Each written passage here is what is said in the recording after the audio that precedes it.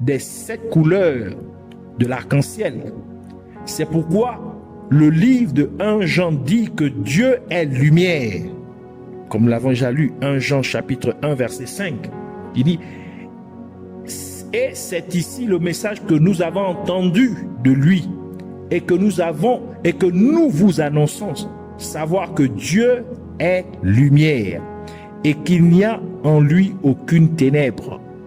Ainsi, chacun des 7 esprits de Dieu représente l'une des 7 couleurs trouvées dans l'arc-en-ciel.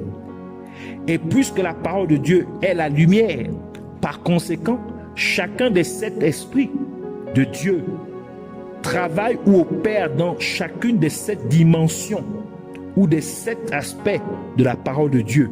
C'est pourquoi le livre de Psaume dit que la parole de Dieu est raffinée ou purifiée 7 fois. Psaume chapitre 12, verset 6 qui dit « Les paroles de l'Éternel sont des paroles pures, un argent affiné dans le creuset de terre, coulé 7 fois. » C'est-à-dire que la parole de Dieu a 7 dimensions. Et chaque dimension représente l'une des 7 couleurs de la lumière ou de l'arc-en-ciel. Et elle représente également l'une des dimensions de fonctionnement de chacun des 7 esprits de Dieu. Et ces 7 esprits de Dieu sont décrits par Dieu lui-même à travers le prophète Ésaïe, dans Ésaïe chapitre 11, versets 1 à 2, qui dit « Et il sortira un rejeton du tronc d'Isaïe, et une branche de ses racines fructifiera, et l'esprit de l'Éternel reposera sur lui. » Donc l'esprit de l'Éternel ou l'esprit du Seigneur reposera sur lui. L'esprit de sagesse et d'intelligence, donc l'esprit de sagesse et l'esprit d'intelligence, l'esprit de conseil et de force. Donc ici, il y a l'esprit de conseil aussi et l'esprit de force, l'esprit de connaissance et de crainte de l'Éternel. Donc l'esprit de connaissance et l'esprit de crainte de l'Éternel. Donc au total, il y a 7 esprits ici. Premièrement, l'esprit de l'Éternel ou l'esprit du Seigneur, l'esprit de sagesse, l'esprit d'intelligence, troisième, quatrièmement, l'esprit de conseil, 5, l'esprit de force, sixièmement, l'esprit de connaissance et finalement, le septième, c'est l'esprit de crainte de l'Éternel, de crainte du Seigneur. Donc, l'esprit de l'Éternel ou du Seigneur est représenté par la couleur rouge. Ésaïe chapitre 61 verset 1 qui dit « L'esprit du Seigneur, l'Éternel est sur moi, parce que l'Éternel m'a oint pour apporter de bonnes nouvelles aux débonnaires. Il m'a envoyé pour panser ceux qui ont le cœur brisé, pour proclamer aux captifs la liberté et aux prisonniers l'ouverture de la prison. » 2 Corinthiens chapitre 3 verset 17 qui dit « Or le Seigneur est l'Esprit, mais là où est l'Esprit du Seigneur, il y a la liberté. » 2 Samuel chapitre 23 verset 1 à 2 ajoute ceci. Et ce sont ici les dernières paroles de David. David, le fils d'Isaïe, a dit: et l'homme haut placé, loin du Seigneur, loin du Dieu de Jacob. Et le doux psalmiste d'Israël a dit: l'Esprit de l'Éternel a parlé en moi, et sa parole a été sur ma langue. Deuxième esprit de Dieu, c'est l'esprit de sagesse, qui est représenté par la couleur orange. Exode chapitre 28 verset 3 qui dit: et toi, tu parleras à tous les hommes intelligents que j'ai remplis de l'esprit de sagesse. Et ils feront des vêtements d'Aaron pour le sanctifier afin qu'il exerce la sacrificature devant moi. Le troisième esprit de Dieu, troisième esprit du Saint-Esprit, l'esprit d'intelligence qui est représenté par la couleur jaune de l'arc-en-ciel. Job chapitre 32 verset 8. Toutefois, il y a un esprit qui est dans les hommes et le souffle du Tout-Puissant leur donne de l'intelligence. Le quatrième esprit de Dieu ou du Saint-Esprit, c'est l'esprit de conseil qui est représenté par la couleur verte de l'arc-en-ciel. Luc chapitre 12 verset 11 à 12 qui dit « Et quand ils vous mèneront devant les synagogues et les magistrats et les autorités, ne soyez pas en souci comment ou quelle chose vous répondrez ou de ce que vous direz, car le Saint-Esprit vous enseignera à l'heure même ce qu'il faudra dire. » Donc, par l'esprit de conseil qui est dans qui fait partie du Saint-Esprit. Donc, le Saint-Esprit va nous donner des conseils, va nous prodiguer des conseils sur ce que nous devons dire lorsque on nous mènera devant des juges. 2 Timothée chapitre 1 verset 7 qui dit « Car Dieu ne nous a pas donné un esprit de crainte, mais de puissance et d'amour et de conseil. » Donc il nous a donné aussi un esprit de conseil. Cinquième esprit de Dieu ou du Saint-Esprit, l'esprit de force, aussi de puissance, qui est représenté par la couleur bleue. Actes chapitre 1 verset 8. Mais vous recevrez de la puissance, le Saint-Esprit venant sur vous, et vous serez mes témoins à Jérusalem et dans toute la Judée et la Samarie jusqu'au bout de la terre.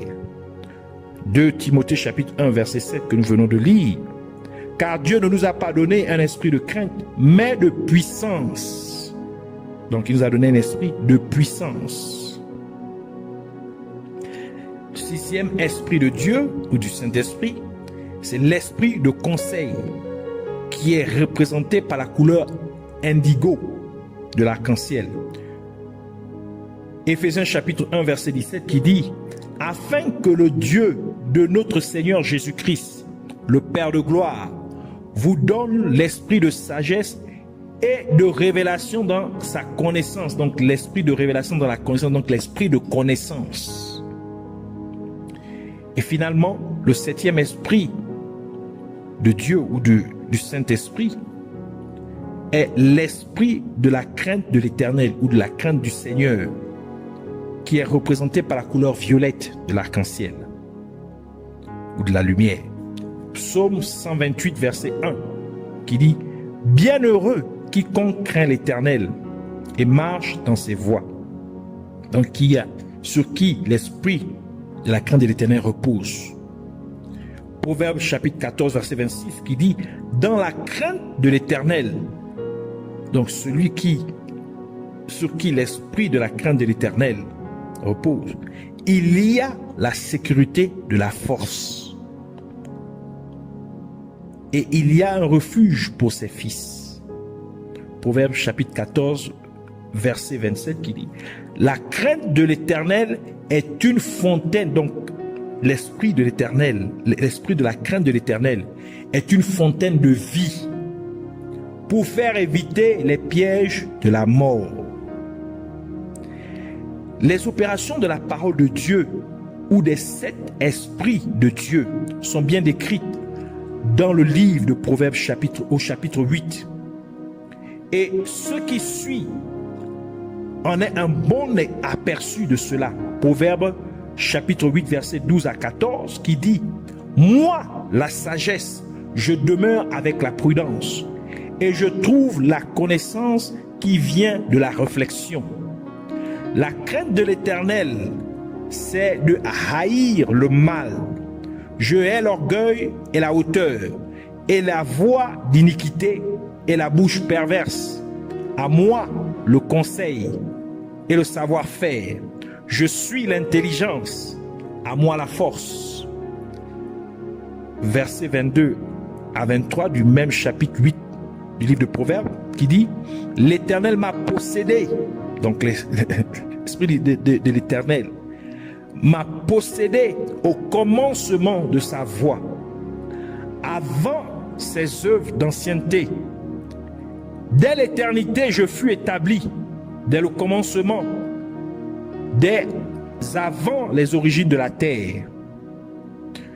Donc, comme nous l'avons déjà mentionné, c'est cet esprit de Dieu sont disposés sur la menorah, ou les 7 lampes, donc c'est-à-dire le chandelier d'or qui se trouve dans le lieu saint.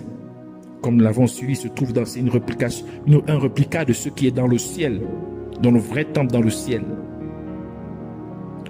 Donc, l'esprit du Seigneur se trouve au centre, parce que dans ce chandelier, il y a 7 lampes. Donc, la lampe au centre représente l'esprit du Seigneur. C'est pourquoi Jésus-Christ a dit qu'il est le cep. Et nous, ses disciples, croyants ou chrétiens, sommes les sarments, c'est-à-dire les branches. Jean chapitre 15, verset 1 à 6 qui dit « Moi, je suis le vrai cep, et mon Père est le cultivateur. Tout sarment en moi qui ne porte pas de fruit, il l'ôte, et tout sarment qui porte du fruit, il le nettoie, afin qu'il porte plus de fruits.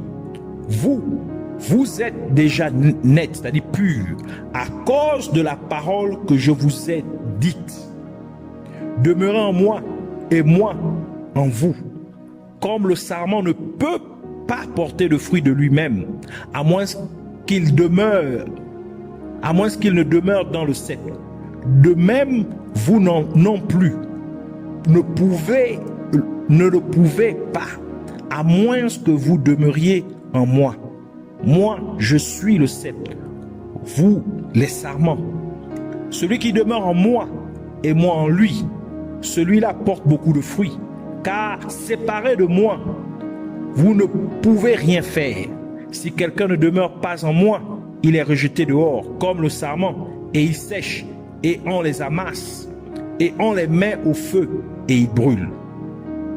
Et parce que l'esprit de Jésus, c'est-à-dire l'esprit du Seigneur, est au milieu, c'est-à-dire au centre de chandelier d'or ou de la menorah, et de lui dérivent les 6 autres esprits de Dieu qui sont déclarés comme étant des branches de l'esprit du Seigneur. Et Jésus-Christ déclare à nouveau qu'il est la vigne, c'est-à-dire le cep, et nous sommes les sarments, c'est-à-dire les branches. Cela signifie que les chrétiens remplis du Saint-Esprit, c'est-à-dire demeurant dans le Saint-Esprit, qui demeure, qui habite dans le croyant et qui repose aussi sur le croyant, sont connectés à l'Esprit du Seigneur. Ils sont connectés à l'Esprit de Jésus-Christ.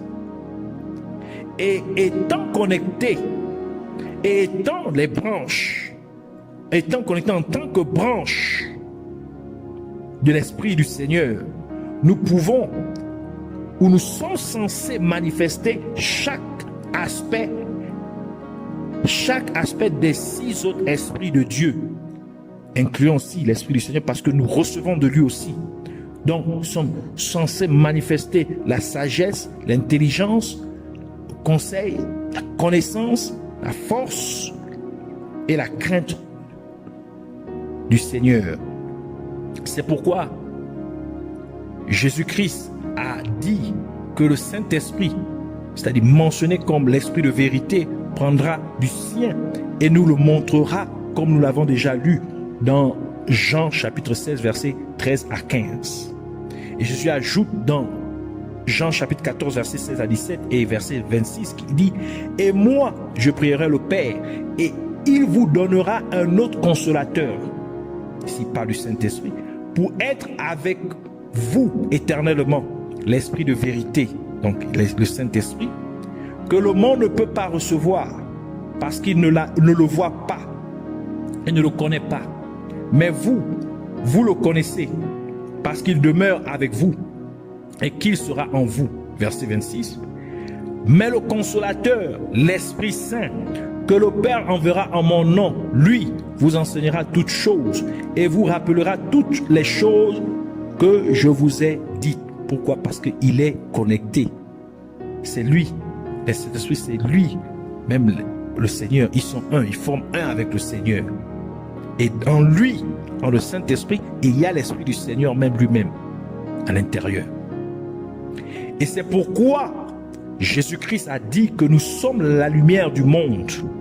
Car en passant beaucoup de temps à écouter ou à méditer la parole de Dieu, cette parole de Dieu nous amène à refléter les 7 couleurs de la lumière, comme on le voit dans l'arc-en-ciel. Ce qui signifie que nous reflétons les 7 esprits de Dieu. Nous serions ainsi la lumière des gens autour de nous, où que nous nous trouvions. Matthieu chapitre 5, verset 14 à 16 qui dit « Vous êtes la lumière du monde. Une ville située sur une montagne ne peut être cachée. Aussi, n'allume-t-on pas une lampe pour la mettre ensuite sous le boisseau, mais sur le pied de lampe. Et elle, lui, pour tous ceux qui sont dans la maison. Que votre lumière luise ainsi devant les hommes, en sorte qu'ils voient vos bonnes œuvres et qu'ils glorifient votre Père qui est dans les cieux. » L'arc-en-ciel, qui représente le Saint-Esprit, est aussi pour rappeler à Dieu de ne pas détruire toutes les créatures vivantes sur la terre. Comme Dieu fit paraître l'arc-en-ciel dans le ciel après le grand déluge au temps de Noé. Et l'arc-en-ciel devait rappeler ou doit rappeler à Dieu de ne plus détruire la terre par un déluge. Comme nous pouvons le lire dans Genèse chapitre 9, versets 9 à 17. Nous allons commencer du verset 13. « Je mettrai mon arc dans la nuée et il sera pour signe d'alliance entre moi et la terre. Et il arrivera que quand je ferai venir des nuages sur la terre, alors l'arc, c'est-à-dire l'arc-en-ciel, apparaîtra dans la nuée et je me souviendrai de mon alliance qui est entre moi et vous et tout être vivant de toute chair. Et les eaux ne deviendront plus un déluge pour détruire toute chair. Et l'arc, c'est-à-dire l'arc-en-ciel, sera dans la nuée. Et je le ferai pour me souvenir de l'alliance perpétuelle entre Dieu et tout être vivant de toute chair qui est sur la terre. Et Dieu dit à Noé, c'est là le signe de l'alliance que j'établis entre moi et toute chair qui est sur la terre. C'est la raison pour laquelle Dieu a marqué de son Saint-Esprit ceux qu'il a choisis pour qu'ils ne soient pas touchés ou détruits dans ces derniers jours. Éphésiens chapitre 4, verset 30 qui dit « Et n'attristez pas le Saint-Esprit de Dieu, par lequel vous avez été scellés pour le jour de la rédemption. » Apocalypse chapitre 7, verset 1 à 3 qui ajoute « Et après cela, je vis 4 anges debout aux 4 coins de la terre, retenant les 4 vents de la terre, afin qu'aucun vent ne soufflât sur la terre, ni sur la mer, ni sur aucun arbre. Et je vis un autre ange montant de l'Orient, ayant le sceau du Dieu vivant. » Nous avons déjà lu comment ils ont été scellés. Donc, cet ange a le sceau du Dieu vivant. Et il cria à haute voix aux 4 anges auxquels il avait été donné de nuire à la terre et à la mer, disant, ne nuisez pas à la terre, ni à la mer, ni aux arbres, jusqu'à ce que nous ayons scellé au front les esclaves ou les serviteurs de notre Dieu. pour finir, nous voulons donner ces prophétiques, cette prophétique signification. L'Afrique du Sud est appelée la nation arc-en-ciel. Ce nom implique qu'il y a un mouvement puissant du Saint-Esprit qui devrait avoir lieu dans cette nation, dans ces derniers jours. Et comme le Saint-Esprit suit là où la vraie parole de Dieu est enseignée, comme nous venons de l'apprendre, cela signifie que pour que ce puissant mouvement du Saint-Esprit ait lieu, il doit y avoir un enseignement intensif de la parole de Dieu dans toute la nation d'Afrique du Sud. Afin que ce mouvement puissant du Saint-Esprit dans ces derniers jours puisse prendre place. Et ce mouvement va affecter tous les coins de la terre.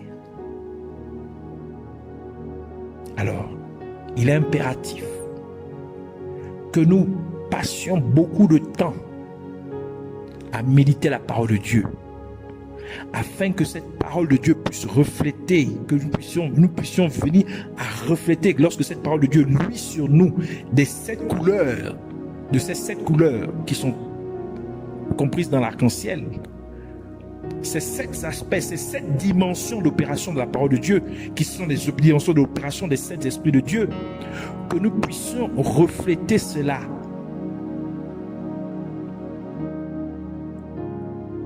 Alors il faut que chacun d'entre nous s'attelle à prendre son temps, à passer beaucoup de temps dans la parole de Dieu, à écouter la parole de Dieu, à écouter les enseignements, et les réécouter, les approprier, car elle nous amène à demeurer dans la lumière et à refléter cette lumière.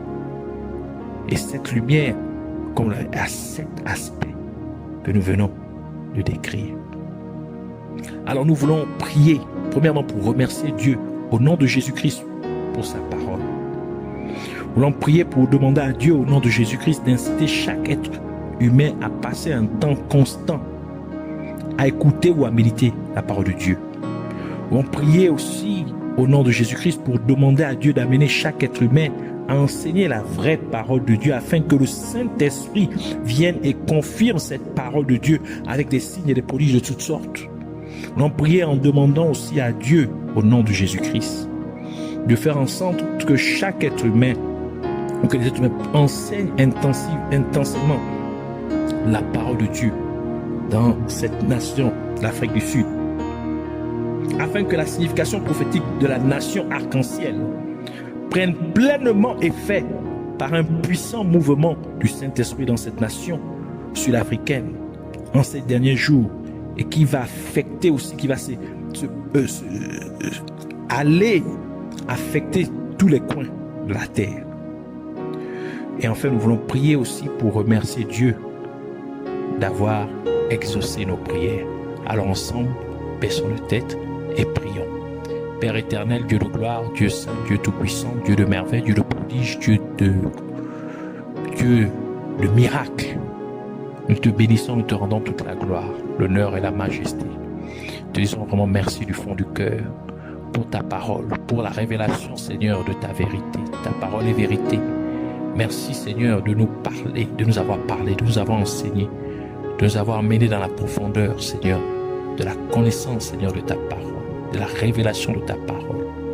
Nous te prions, ô Père, fais-nous grâce, aie compassion de nous pour chaque fois que nous avons failli à passer assez de temps dans ta parole. Tu nous as donné ta parole pour notre bien-être, pour que nous puissions, Seigneur, rayonner comme toi tu rayonnes de lumière, que nous puissions refléter ta lumière. Alors amène-nous, Seigneur, fais-nous cette grâce, Seigneur, à nous corriger, que amène chaque être humain à passer assez de temps, à passer beaucoup de temps, Seigneur, à écouter ta parole ou à méditer ta parole, Seigneur, comme tu nous as instruit, que nous devons la méditer jour et nuit, que ce livre de la loi, c'est-à-dire ta parole, ne s'écarte point de nous, mais que nous puissions la méditer jour et nuit. Amène-nous à passer constamment du temps dans ta parole. Nous te prions au nom de Jésus-Christ. Et que cette parole, Seigneur, nous puissions, chaque être humain puisse maintenant l'enseigner, qu'elle soit enseignée, ta parole qui est la vérité, ta véritable parole, qu'elle soit enseignée dans tous les coins du monde, Seigneur, et que le Saint-Esprit puisse venir confirmer cette parole avec des signes et des prodiges de toutes sortes. Nous te prions, Seigneur, particulièrement pour cette nation sud-africaine qu'on appelle la nation arc-en-ciel, que cette prophétie, Seigneur, de la nation arc-en-ciel, que ce nom implique de nation arc-en-ciel sur la nation sud-africaine, qu'elle vienne à prendre effet. Et pour que cela prenne effet, il faut que ta parole soit enseignée de manière intensive, répandue, Seigneur, dans toute la nation, afin que ton Esprit Saint vienne confirmer, vienne se manifester, qu'un mouvement impétueux, mouvement, Seigneur, vraiment puissant, Seigneur, inébranlable, Seigneur, de ton Esprit Saint, puisse prendre effet. Un mouvement qui va impacter, qui va affecter tous les coins de la terre. Laisse qu'il en soit ainsi. Amène ta parole, Seigneur, à être enseignée, à être répandue, à être déversée dans tous les coins de cette nation au nom de Jésus-Christ. Seigneur, merci pour tout un chacun qui a reçu cette parole, qui a cru, qui croit en cette parole. Que ton Esprit Saint maintenant puisse confirmer cette parole par des signes maintenant, des prodiges, par des guérisons, Seigneur, de manière immédiate et totale, Seigneur, au nom de Jésus-Christ. Quelle que soit la douleur, quelle que soit la maladie, quel que soit le malaise, quel que soit le blocage, que cela soit ôté maintenant au nom de Jésus. Que, Seigneur, tout envoûtement, toute limitation, toute prison maléfique soit brisée au nom de Jésus. Toute puissance de la sorcellerie soit brisée au nom de Jésus-Christ. Que ton Esprit Saint confirme cette parole au nom de Jésus-Christ. Que les portes maintenant de bénédiction soient ouvertes au nom de Jésus-Christ. Merci Seigneur. Que la gloire, l'honneur et la majesté te soient rendues au nom de Jésus-Christ. Nous avons ainsi prié. Amen.